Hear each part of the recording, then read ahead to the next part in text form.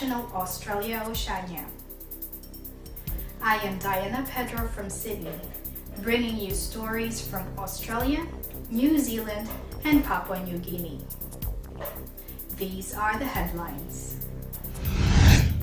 Australia continues fight against coronavirus despite re-emerging cases in some states. First batch of COVID-19 vaccines touches down in Australia. Construction of Sydney's Parramatta Powerhouse Museum pushes through amidst protests. Papua New Guinea's Cultural Commission launches calendar of events for 2021. Church of Christ in Papua New Guinea extends aid to humanity outreach in Kokopo, East New Britain. Townsville's regional gallery displays craftsmanship of Australian artist Sylvia Ditchburn. And South Australia closes summer season with biggest arts festival, Adelaide Fringe.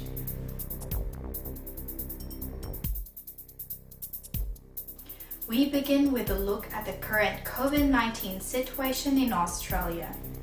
The month of February has seen states like Western Australia and Victoria go into snap lockdowns in an effort to prevent another wave and mutant variants of the virus. Our Eagle News correspondent Elisa Ventura has more on this story. Elisa? Australia's fight against coronavirus is still ongoing despite the re-emergence of cases in some states.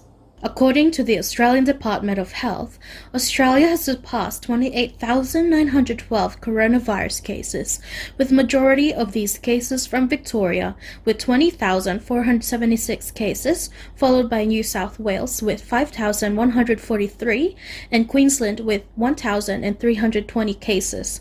However, a significant improvement was seen since COVID restrictions were implemented. Communities continue to follow safety protocols such as social distancing and limits on gatherings, which aided in the slow transmission rate of the disease. On the other hand, the state of Victoria is once again facing the emergence of new coronavirus cases. All confirmed cases were linked to the hotel Holiday Inn outbreak. Those who have visited the exposure sites were asked to immediately isolate and get tested. Restrictions within the state remain the same as it follows the COVID-safe summer guidelines. This includes mandatory wearing face masks, public gatherings of up to 20 people, and household visitors of up to 5 people. Currently, there are no restrictions on leaving home as long as it is COVID-safe.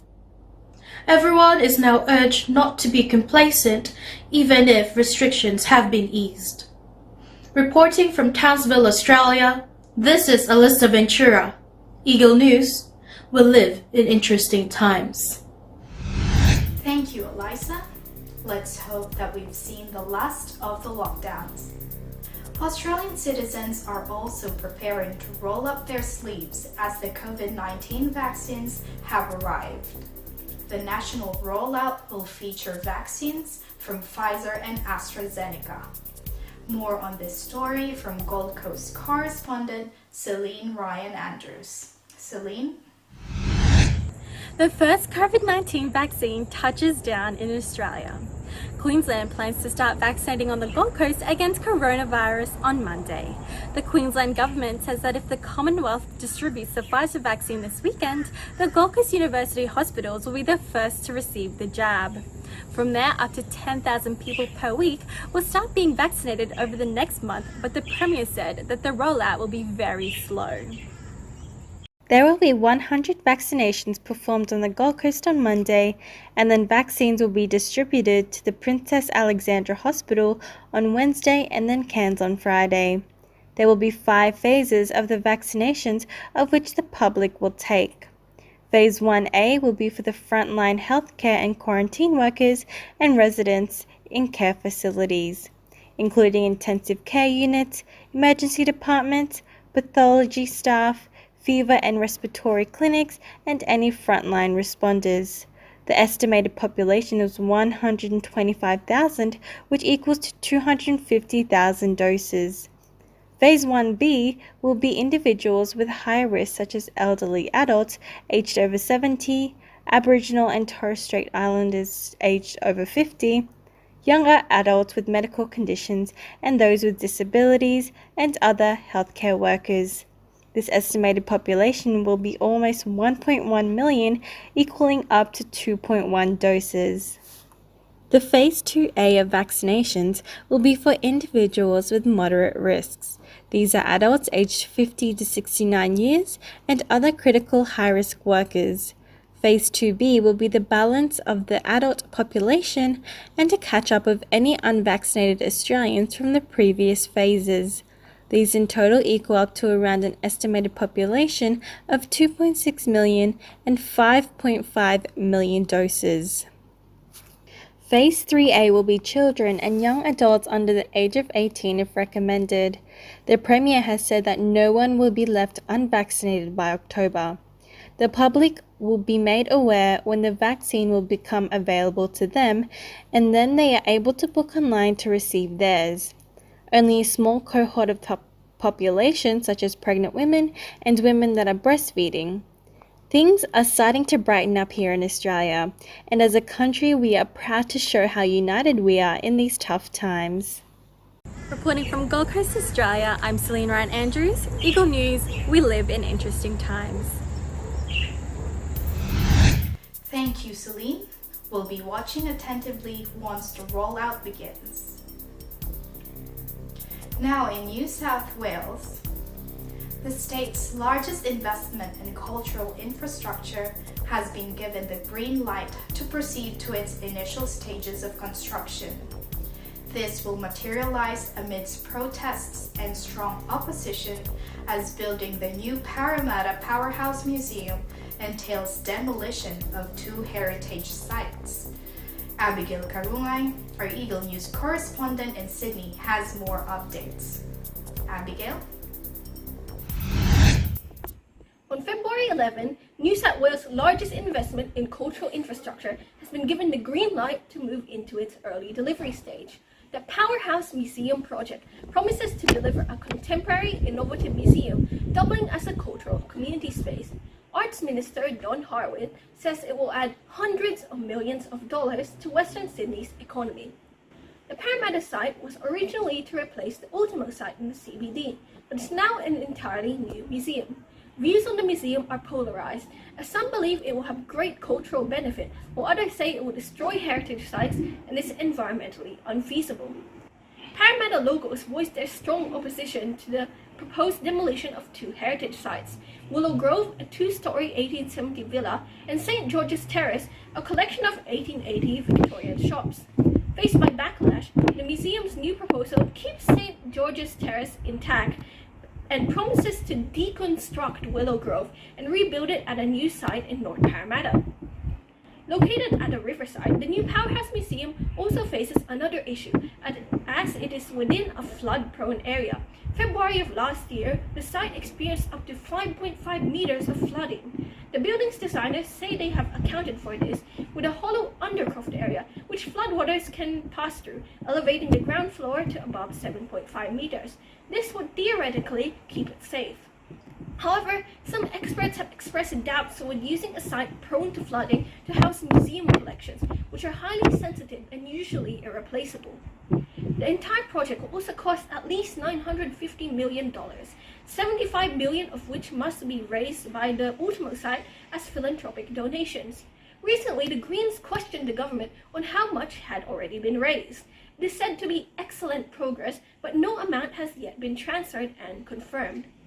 Ultimately, the question remains on whether to disturb a heritage site to build a museum that plans to boost the area's productivity and serve as a cultural hub. Additionally, the project faces problems related to funding and flooding. For now, the project has been green-lighted to go ahead. Locals can only hope and see its success. Reporting from Sydney, Australia, this is Abigail Karungai. Eagle News, we live in interesting times. Thank you, Abigail. We'll be on the lookout for the museum's construction progress. Heading now to Papua New Guinea. The calendar of cultural events for 2021 was recently launched by the country's National Cultural Commission. With over 20 events to offer, the year has a real focus on Papua New Guinea's diverse heritage. Here's our correspondent in Port Moresby, Echo Hortaleza Quinola, for the details. Echo? The National Cultural Commission of Papua New Guinea launched the National Cultural Event Calendar for the year 2021, headed by Honorable E.C. Henry Leonard, the Minister of Tourism, Arts and Culture. The National Cultural Commission, or NCC, launched its annual operational plan, or the so-called Calendar of Events for 2021, at the Gateway Hotel, where dignitaries, heads of missions, high-ranking officials, and press people of this land were present. The 2020 Annual Achievement Report was also witnessed in this prestigious event. And I will also ask my CEO, Mr. Stephen Calendar, to present to Minister the 2020 Annual Achievement Report to the Minister again.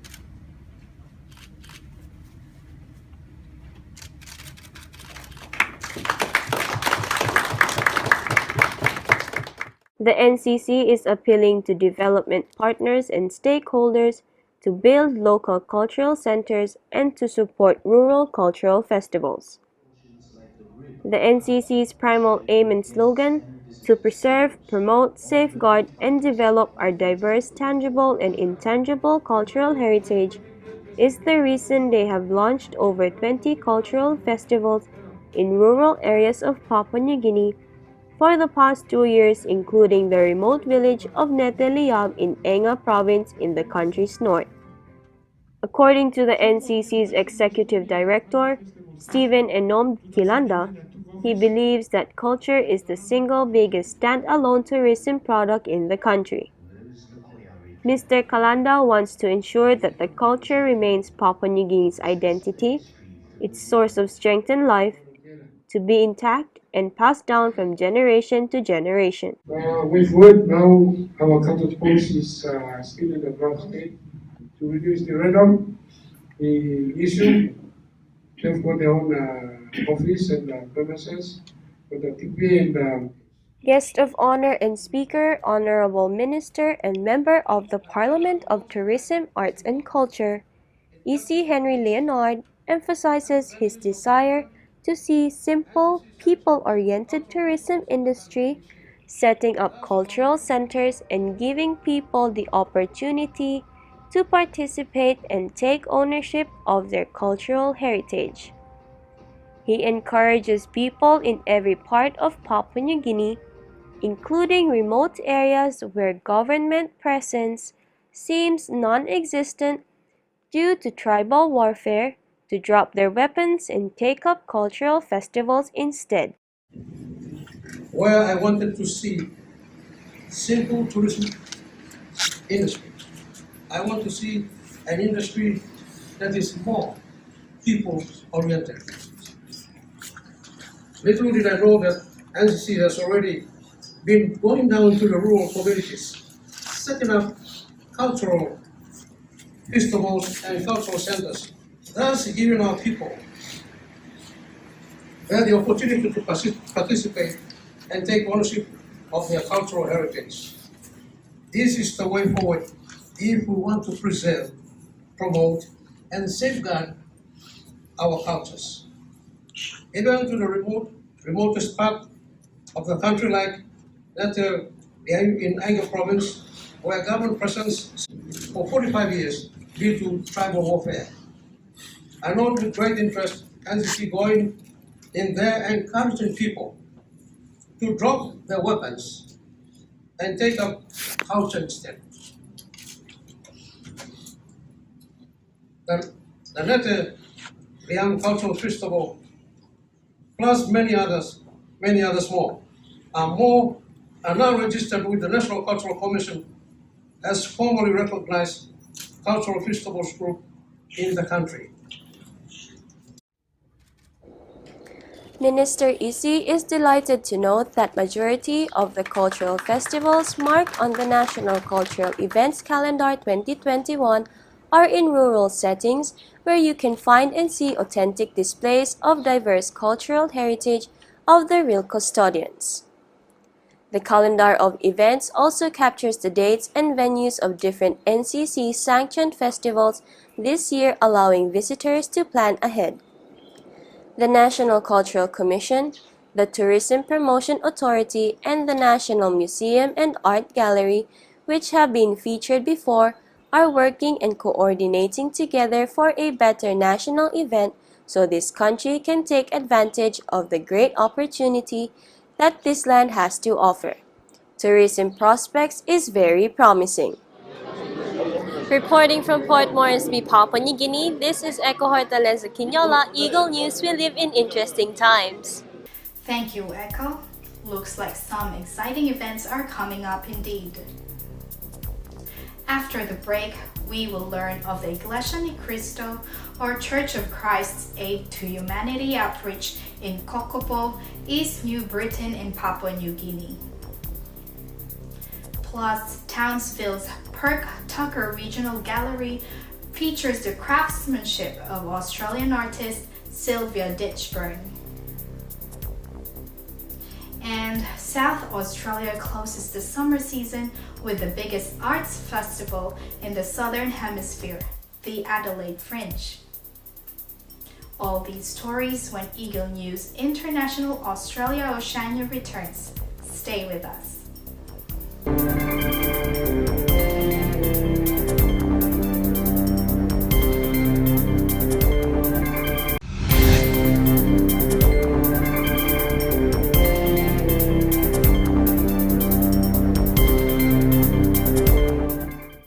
Welcome back. You are watching Eagle News International Australia Oceania. Still in Papua New Guinea, the country recently experienced damaging cyclones, greatly affecting many residents. To help those in need, the Iglesia Ni Cristo, or Church of Christ, extended their Aid to Humanity program to the community of Kokopo. Let's hear more about this initiative from Eagle News correspondent Angeline Rabuya. Angeline? Join me as we travel to the northeast of Papua New Guinea called Kokopo, a province of East New Britain where the Church of Christ members expand and extend their generosity through their Aid to Humanity program. After 3 devastating cyclones hit Papua New Guinea, the Iglesia Ni Cristo, or Church of Christ, never stops in looking for ways to help and extend kindness. For the first time in the far-flung province of Kokopo, in Section 38 Williams Road, Minister of the Gospel Brother Regino Manangan Jr. was assigned to travel and meet the Iglesia Ni Cristo members to coordinate this landmark outreach effort. The Iglesia Ni Cristo never runs out of kindness and resources. With the leadership of our beloved Executive Minister, Brother Eduardo V. Manalo, and with the guidance of our District Minister, Brother Romeo E. Beltran, I was assigned to travel to Kokopo, East New Britain, to lead the ever first Aid to Humanity outreach program in this province. The recipients was so thankful for the church's generosity. The provided food parcels will somehow help them in their daily needs. They visibly enjoy the blessings they receive. Food staples and care packages were given out. Relief goods were provided for the recipients impacted by the calamities, and were visibly thankful and amazed by the generosity of the church. I would like to say thank you to the Church of Christ for the Aid of Humanity activity that was carried out. It was truly a gift from the heart, and it was truly an act of kindness that was given to the Church of Christ members by God's direction. So Indeed, it was genuinely kind and very thoughtful, and we'd like to thank you all for what you have done for us. So thank you so much for this. It is not a mistake that we all gathered here this morning. It's not a mistake that we came across our brethren and the Church of Christ members that are here. Thank you so much. We hope in God that He'll continue to bless this church and will continue to grow its members here in Kokopo and East New Britain as a whole. Thank you. The heartwarming gesture of the Church of Christ administration will always be remembered in Kokopo, with unceasing kindness and generosity overflowing in Papua New Guinea. Reporting from Port Moresby, Papua New Guinea, this is Angeline Mauricio Ribuya, Eagle News. We live in interesting times. Thanks for sharing, Angeline. That was truly a heartfelt story. Now in Queensland, Australia, Sylvia Ditchburn is a popular North Queensland artist, famous for painting tropical and Australian landscapes. Let's join Eagle News correspondent Morgan Goodfellow as he takes on a journey of her artwork being showcased at the Perth Tucker Regional Gallery in Townsville. Morgan? The deep north of Australia has always enticed artists such as Sylvia Ditchburn, who has crafted an amazing 9-piece portrait of Lone Island along Ross River.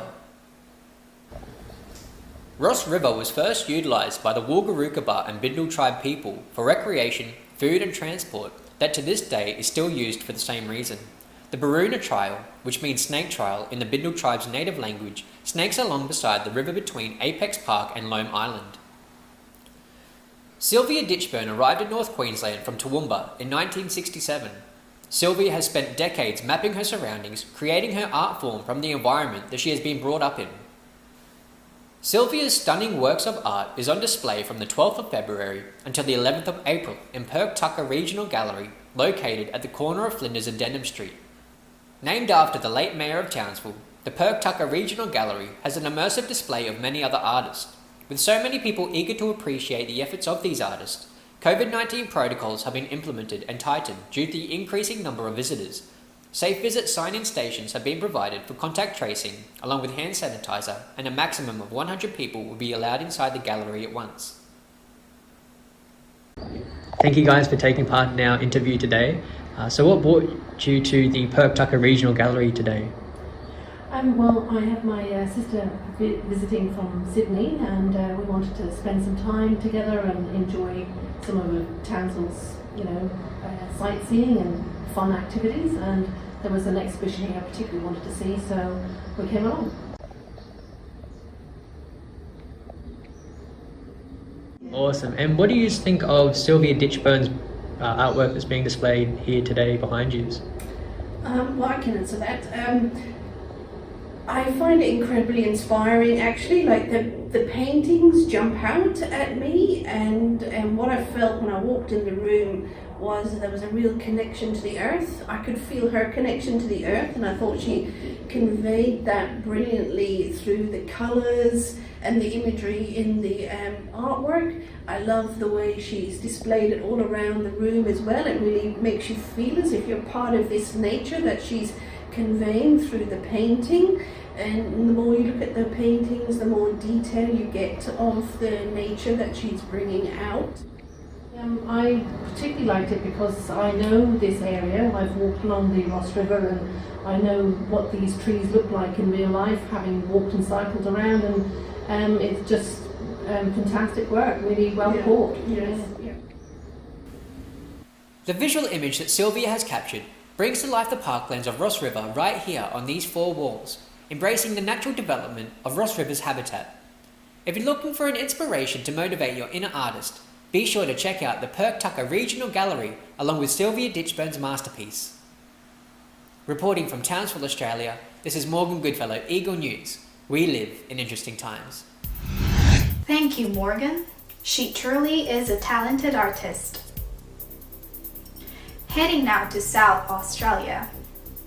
The city of Adelaide is celebrating summer by hosting the Adelaide Fringe Festival. This month-long event, which began on the 19th of February, is the biggest arts festival in the Southern Hemisphere.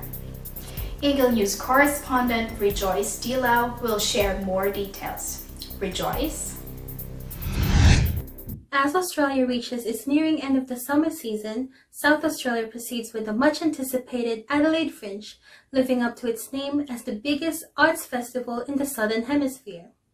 It is a huge part of the state's endeavour to uplift its economy, as well as for the state government to carry on with their support towards the events, the venues, presenters, and the artists.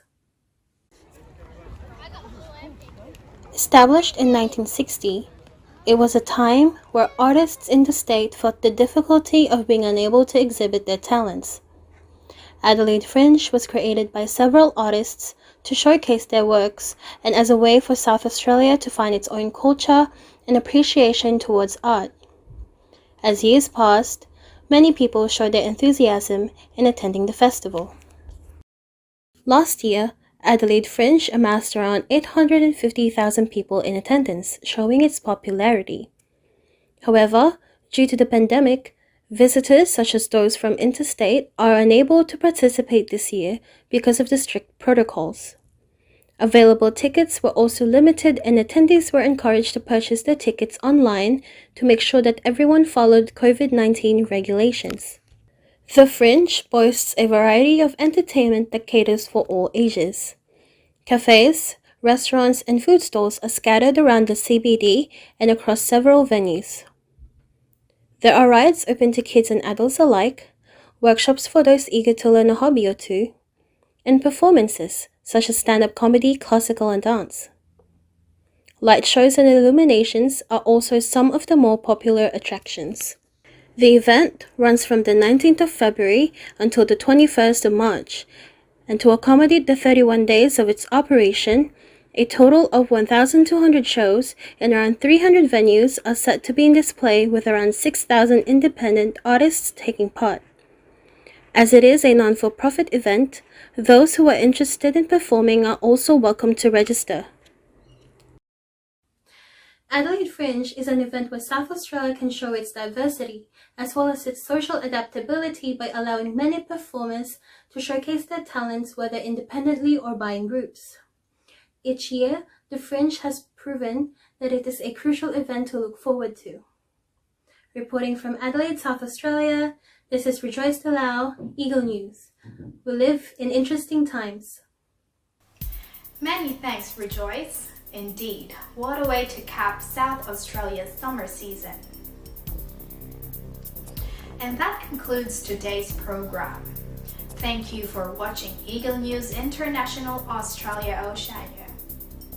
Join us again next week as we share more stories from our bureaus across Australia, New Zealand, and Papua New Guinea. Visit our websites on eaglenews.net and eaglenewslive.com.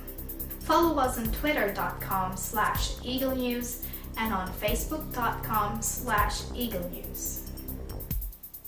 Stay safe, stay strong, and take care, everyone. From Sydney, Australia, I am Diana Pedro, Eagle News. We live in interesting times.